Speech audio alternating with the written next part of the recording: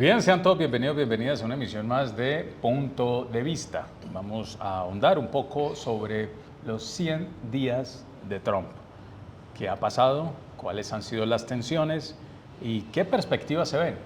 Yanni, ya se cumplieron 100 días. Vienen los balances, vienen los informes, vienen las tendencias. ¿Qué podemos decir frente a tres temas que pudiésemos trabajar?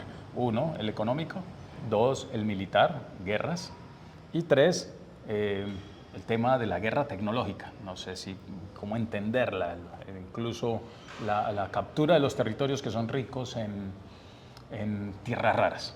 Bien, empecemos con el primero.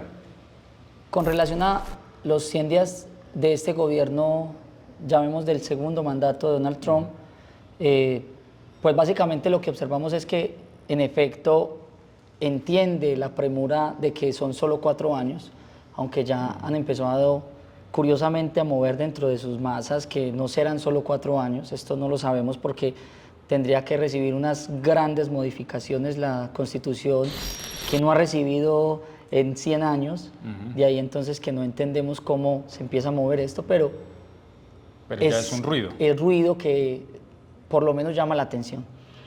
Esto lo ha llevado a que de manera muy rápida, en menos de 100 días, lo que haya hecho es casi que desbarajustar todo el sistema norteamericano. Ir del país más globalista, del país más consumista y del país que más se aprovechó del neoliberalismo a convertirse en su antagónico. Es decir, el país que más coloca aranceles, el país que más deporta personas, el país que más viola los derechos humanos. Porque lo que estamos observando es que no se apela al Congreso, sino a órdenes ejecutivas. Por eso la cantidad de órdenes ejecutivas que está, digamos, emitiendo todos los días con un plumón, llama la atención que ya las firmas no son con un esfero, sino con un plumón, son notorias y grandes y en el papel que no se observa nada, sino una firma grande. Y de manera graciosa, como se hacían los virreinatos, donde el rey llegaba y daba casi que unas órdenes y los vasallos alrededor aplaudían. De hecho, se juega con lo simbólico. Se juega bastante con lo simbólico. Entonces lo económico lo que ha llevado es el país más aperturista y el país casi que fundador del neoliberalismo, Consenso de Washington y todos estos países que circundaban vendiendo a los países, en este caso en vías de desarrollo y tercermundistas, que la globalización era la solución a sus problemas. Hoy resulta que estos países que propendieron por eso ahora nos dicen que es lo contrario, que es el proteccionismo, que es la política conservadora y que es la política de aranceles. Esto pues ha llevado casi que una debacle de las economías, curiosamente de las bolsas de todos, de Estados Unidos y de todos sus países aliados, de Tokio, de París, de Berlín. Todas las bolsas del mundo han caído, a excepción de unas, las asiáticas, las chinas. Entonces parece ser que el tema económico, al parecer, lo que uno puede leer entre líneas es que es utilizar la estrategia que Donald Trump utilizaba al momento de negociar el tema inmobiliario con las otras personas, que era por medio del estrujón, por medio del llegar a imponer con fuerza, para que la persona sienta que la mejor solución es pedir, digamos, un equilibrio con relación a lo que tiene. Es decir, si yo llego y le planteo un arancel a una persona de 100%, si ya no le digo que es del 100%, sino del 50%, esa persona siente agradecimiento. No pelea ese 50%, sino que dice muchas gracias, era del 100%. Entonces es como tratar por la fuerza de presionar una balanza comercial que es absurda, porque es como igualar. Este es el primer país, es el primer presidente socialista de Estados Unidos, concreta específicamente, porque lo que quiere es equiparar a Estados Unidos con todos los países del mundo. Igualarlo, es decir, ¿en qué? En producción, igualarlo en cadenas de distribución, igualarlo en todo. Entonces llamó mucho la atención que en uno de los países o una de las zonas que él pone con aranceles solo existen pingüinos. Sí, así es. Bien, además de la manipulación de la información, es decir, está destruyendo la estructura administrativa de Estados Unidos, pero a la vez mintiendo con el tema de las cifras, mintiendo con los informes, y eso genera a mediano plazo también impactos importantes. Además, le ha puesto la mano a las universidades que no se alinean, es decir, es el llamado poder duro, golpear para lograr de la otra persona sumisión, un comportamiento sumiso y de adaptación. Y lo ha hecho con las universidades, incluso de Estados Unidos, el mundo de la ciencia, el mundo de la investigación, y eso es un golpe durísimo, que se sentirá mediano y a largo plazo, porque es la ciencia, el pensamiento mismo en Estados Unidos. Bien, el segundo tema, que tal vez pudiésemos trazar algunas rutas de reflexión, es en el término de la guerra, en los conflictos. En Ucrania, el genocidio que no se detiene contra el pueblo palestino y las demás acciones y movimientos, hacia dónde va girando la guerra, hacia dónde están girando el armamento nuclear. Bueno, la promesa de que en 2 días solucionaba y detenía la guerra entre Ucrania y Rusia, pues digamos no se cumplió, era lógico que no se iba a cumplir.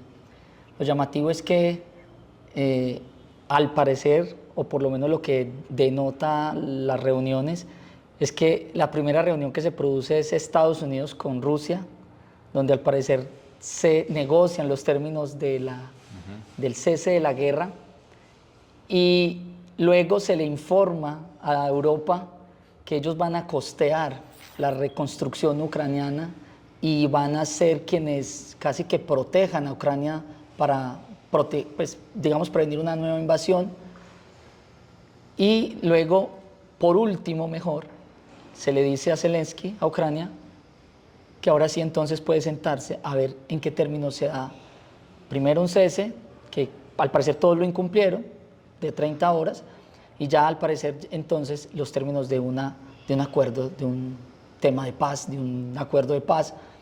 Pero claramente lo que se ve es que el acuerdo ya está pactado entre Estados Unidos y Rusia, y al último que se le informó fue a Europa y al mismo presidente o, digamos, encargado, porque ya pasaron el tiempo de elecciones, no hay elecciones, él no convocó elecciones, entonces en razón de que está allí. Es un presidente que nadie ya lo votó, el tiempo por el que lo votaron se pasó, pero en nombre de la guerra, pues sigue con él, siguen sus generales y sigue todo su campo aliado. Es decir, es un presidente que es convocado hoy, que es humillado en Estados Unidos, en público. Eso también creo que tiene que ver con lo que hablábamos de lo simbólico, y es que llegue humillado a negociar con Rusia.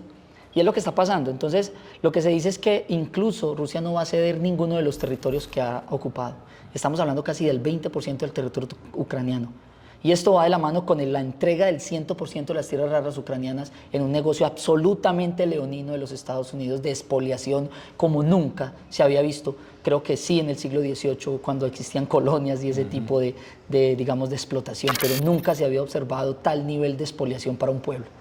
Y claro, por eso no se consulta al pueblo, porque claramente si se consultase a los ucranianos qué piensan de esto, pues claramente estarían absolutamente, creo que, sorprendidos y más que sorprendidos, aterrados de lo que viene para ellos.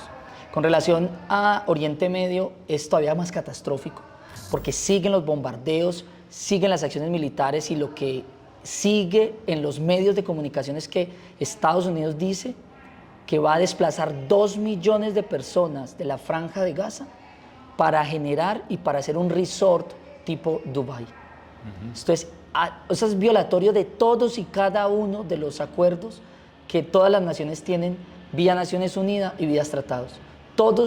Violatorio de todos los acuerdos internacionales, todos. Sin embargo, se sigue diciendo, y ya lo más llamativo es que es Israel quien dice que va a prestar la seguridad.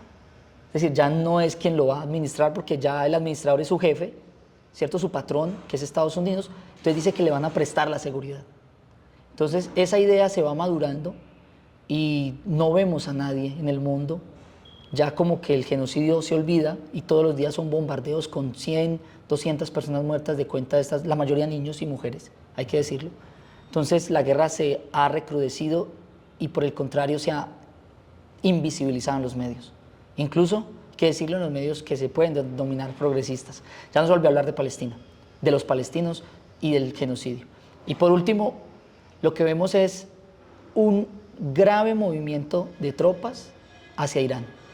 Para presionar a Irán, no sabemos si por la negociación que están haciendo con el tema nuclear, pero lo que están buscando es una causa bellis. Están buscando básicamente que Irán responda a algún tipo de, digamos, provocación para poderlo atacar. Y esto va de la mano de los bombardeos constantes a los yemeníes, a los hutíes, perdón, pues a los hutíes dentro de Yemen, y también va dentro del hostigamiento constante a ciertas zonas que curiosamente vuelven a encenderse. Qué curioso que vuelve a encenderse Cachemira cuando estamos negociando y cuando la primera visita del vicepresidente es a la India. Y nuevamente se habla y se incita a Pakistán a un ataque a la India. Es decir, ¿será esto desestabilizar un país para negociar mejor económicamente en términos de guerra, en términos de aviones, en términos de misiles? Es complejo porque la estrategia inicial de Trump, que dijo que no iba a iniciar ninguna guerra, al parecer las va a empezar todas. Bien, es nuevamente la estrategia de desestabilizar los países, porque allí en río revuelto se gana. Y otro asunto que queda muy claro, Gianni, es el resquebrajamiento total del derecho internacional, del derecho de las alianzas y los acuerdos comerciales, es decir, todo el aparato institucional internacional de protección de derechos humanos, e incluso del derecho internacional humanitario, se resquebraja, como que hay que volverlos a hacer. Hay una reingeniería del mundo, pero en este momento hay un gran vacío, en donde retorna la barbarie, y la barbarie con altísima tecnología.